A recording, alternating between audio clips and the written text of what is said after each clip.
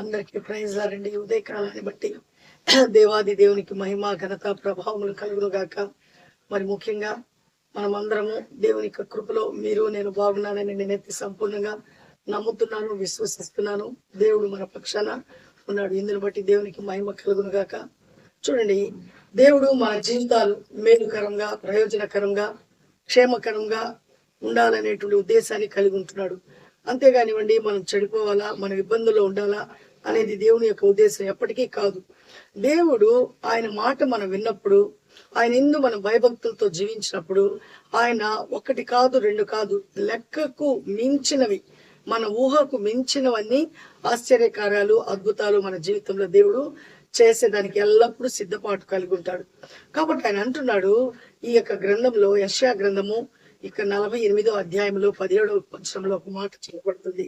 నీ విమోచకుడైనటువంటి ఇజ్రాయేలు దేవుడైనటువంటి యెహోవా సెలవిచ్చినది ఏమనగా, నువ్వు నా మాట, అంటే నా మాటను ఆలకించిన ఎడలా, నా మాటను అంగీకరించిన ఎడలా నీకు నేను నా యొక్క ఉపదేశాన్ని నీకు తెలియచేస్తాను, నువ్వు నడవలసిన మార్గము నేను నీకు నేర్పిస్తాను అంటున్నాడు దేవుడు.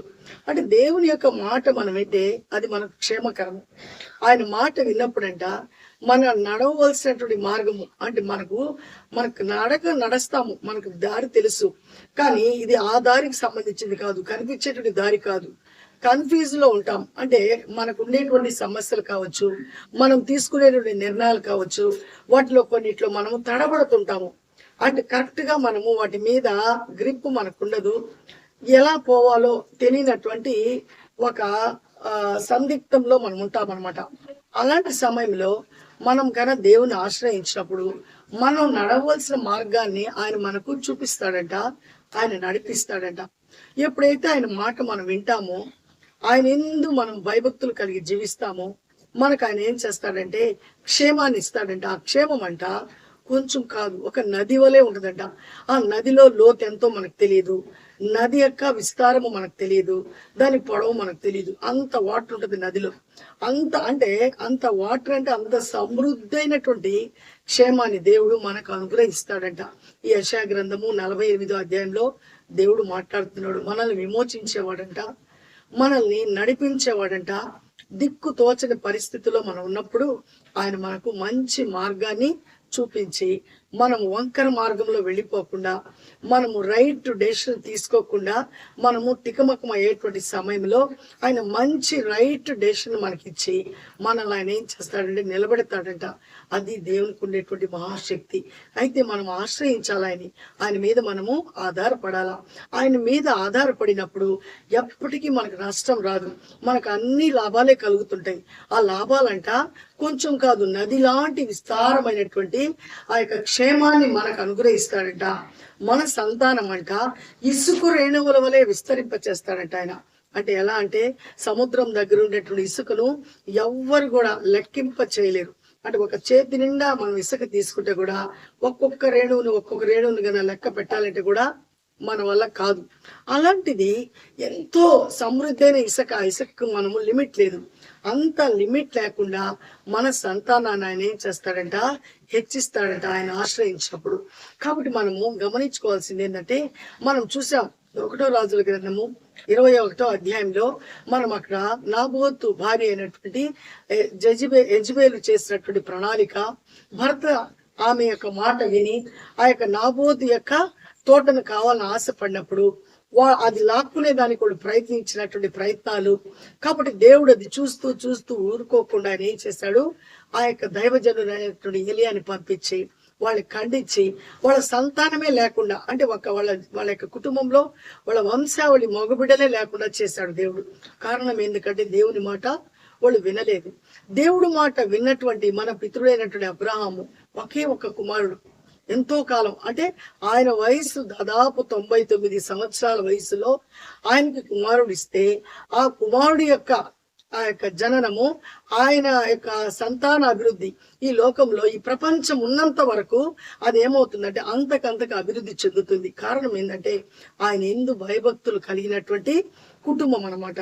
ఆ యొక్క భార్యాభర్తలు అబ్రహాము, ఇస్సాకు దేవుని యందు భయభక్తులు కలిగి ఆ సంతానాన్ని పొందుకున్నారు కాబట్టి ఆ సంతానము ఇసుకు రేణువులను ఎట్లా లెక్కించలేమో అలా వాళ్ళ సంతతి ఏమైపోయిందంటే పెరిగింది. ఆకాశ నక్షత్రాలను ఏ విధంగా మనం లెక్కించలేమో అలా వాళ్ళ యొక్క సంతతి గొప్పదైంది. ఎందుకంటే దేవుని యొక్క మాట ఎవరైతే వింటారో, దేవుని యొక్క సమాధానం కావాలని ఎవరైతే కోరుకుంటారో వాళ్లకు ఆయన రైట్ వేలో ఉపదేశించి మంచి మార్గంలో నడిపిస్తాడు. అప్పుడు వాళ్ళ యొక్క కుటుంబం ఎలా ఉంటుందంట, ఇంత సమృద్ధిగా ఉంటుందంట. వాళ్ళకి క్షేమం అంట. నది లాంటి నదిలో ఉండేటువంటి వాటర్ ఎంత సమృద్ధిగా ఉంటుందో ఆ నదిలో వాటర్ వల్ల అక్కడ ఉండేటువంటి ఎన్నో ఉపనదులకు ఆ యొక్క నీరు వెళ్తుంటది. చుట్టుపక్కల ఉండేటువంటి గ్రామాలకు, పట్టణాలకు ఆ నీళ్లు ఏమవుతుంటాయి, సప్లై అవుతుంటాయి, పంటలు పండుతుంటాయి. అంటే ఆ నీటి వల్ల అందరికి ఏం కలుగుతుందంటే క్షేమం కలుగుతుంది. కాబట్టి అంత క్షేమము కలిగినటువంటి ఒక నిధిని, ఆ క్షేమ నిధిని దేవుడు మనకు అనుగ్రహిస్తానని ఆయన మాట్లాడుతున్నాడు. అది ఎప్పుడు జరుగుతుందంటే దేవునికి మనం లోబడినప్పుడు, దేవుని మాటను మనం విశ్వసించినప్పుడు, దేవుడు చెప్పిన ప్రతి మాటను మనము ఆలకించి వాటి ప్రకారం మనం జీవించినప్పుడు మన జీవితాన్ని, మన కుటుంబాన్ని దేవుడు దేదీప్యమానంగా అంటే నీతిగా ఆయన మనల్ని నడిపిస్తాడు. కాబట్టి నీతి మనకు ఆధారం. ఆ నీతి ఏంటంటే ఈ లోకంలో ఎవరిది ఆశపడకుండా ఆత్రమైన జీవితాన్ని కలిగి ఉండకుండా నెమ్మది కలిగిన జీవితము, సమాధానం కలిగిన జీవితము, దేవునికి ఇష్టమైన జీవితము మనం ఎప్పుడైతే కలిగి జీవిస్తామో దేవుని యొక్క మహాకృప ఇది మనకు, మన బిడ్డలకు, మనతో ఎవరైతే ఉంటారో వాళ్ళందరికీ ఆశీర్వాదం ఏమవుతుందంటే ఆ యొక్క మనం ఇంట్లో పెట్టుకుంటాము ఒక మంచి ధూపం వచ్చేటువంటి మంచి సాంబ్రాణి అని పెట్టినప్పుడు ఆ సాంబ్రాణి ఏ విధంగా ఇల్లంతా అది వ్యాపించి ఆ రూములకు వెళ్ళి ఆ యొక్క స్మెల్ ఏమవుతుందంటే చాలా ప్రభావితం చేస్తుంది అనమాట. అదే విధంగా దేవుని యొక్క మాట ఎవరైతే వింటారో వాళ్ళ కుటుంబాలు, వాళ్ళతో ఉండేటువంటి వాళ్ళు, వాళ్ళ పిల్లలు అందరూ సమృద్ధిగా సంతోషంగా ఉంటారు. కారణాలు ఎందుకంటే ఆయన మాటను మనము వినాలి. అదే ఈ మాట అంటున్నాడు యెషయా గ్రంథము 48వ అధ్యాయం 17వ వచనంలో, మీరు నా మాట ఆలకించిన ఎడల, నా మాట మీరు వింటే మీరు నడవలసినటువంటి త్రోవను నేను నడిపించి మీకు నేను మంచి చేస్తాను అంటున్నాడు దేవుడు. కాబట్టి మనకు ఖ్యాతిని ఇస్తాడు దేవుడు, మనకు సమాధానాన్ని ఇస్తాడు దేవుడు, నీతియుక్తమైన జీవితాన్ని ఇస్తాడు మన దేవుడు. మనకు కావాల్సిన మన సంతతి మంచిగా అభివృద్ధి చెంది అనేకులకు ఆశీర్వాదకరంగా, మన కుటుంబానికి దీవెనకరంగా మన దేవుడు మన బిడ్డలను ఉంచుతాడు. అలాంటి కృప దేవుడు మనకి ఇస్తాడు. అలాంటి కృప మనం పొందుకోవాలంటే మనం ఏదేదో చేయాల్సిన అవసరం లేదు. లోబడాలా, దేవుని మాట ఏంది విశ్వసించాలా, దేవుడు చెప్పినట్లు మనం చేయాలా, మనకిచ్చిన పనిని మనము నమ్మకముగా చేయాలా. అప్పుడు దేవుడు మన పనిని ఆయన ఆశీర్వదిస్తాడు. మనము దేవునికి విధేయత చూపించినప్పుడు మన విధేయతను ఆయన ఆశీర్వదించి గొప్ప చేస్తాడు. గొప్ప చేసేవాడు దేవుడు. మన కష్టార్జితం చేత ఏ నరుడు కూడా గొప్పవాడు కానే కాలేడు. కేవలము ఆ యొక్క కష్టార్జితము తినేదానికి మాత్రమే. అది అభివృద్ధి చెందించబడాలంటే అది దేవుని యొక్క కృప వల్ల మాత్రమే. ఈ లోకంలో ఇంకా అభివృద్ధి చెందే వాళ్ళు ఉంటున్నారు. అది లోకంలో ఉండేటువంటి అపవాది వల్ల కూడా అభివృద్ధి వస్తుంది.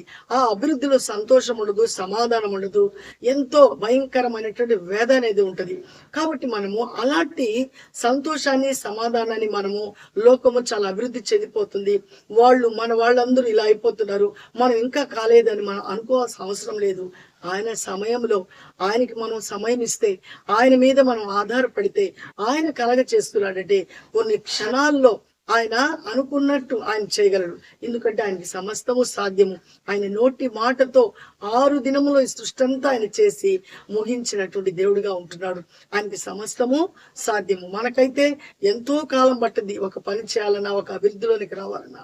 కానీ ఆయన మీద ఆధారపడినప్పుడు ఆయన ఏదైనా చేయగలడు, ఏ విధమైన పరిస్థితినైనా మార్చగలడు. కాబట్టి ఆయనకి మనం లోబడదాము, ఆయన మాట విందాము, ఆ మాటను మనము ఖచ్చితంగా గట్టిగా పట్టుకొని అనుదినము మన ప్రార్థనలో మనము ఇదిగో మీరు ఆ రోజు ఆ మాట చెప్పారు, ఈ వాగ్దానం ఇచ్చారు, ఈ వాగ్దానం నేను విశ్వసిస్తున్నాను అని మనం ఆ వాగ్దానాన్ని మర్చిపోకుండా ప్రతిరోజు మన ప్రార్థనలో దేవుని దగ్గర మొరపెట్టినప్పుడు దేవుడు ఖచ్చితంగా మనము నడవలసిన మార్గం నడిపిస్తూ మనకు వచ్చేటువంటి ఆ యొక్క బలహీన పరిస్థితులన్నిటి నుంచి తప్పించి మనల్ని స్టాండర్డ్ చేస్తాడు.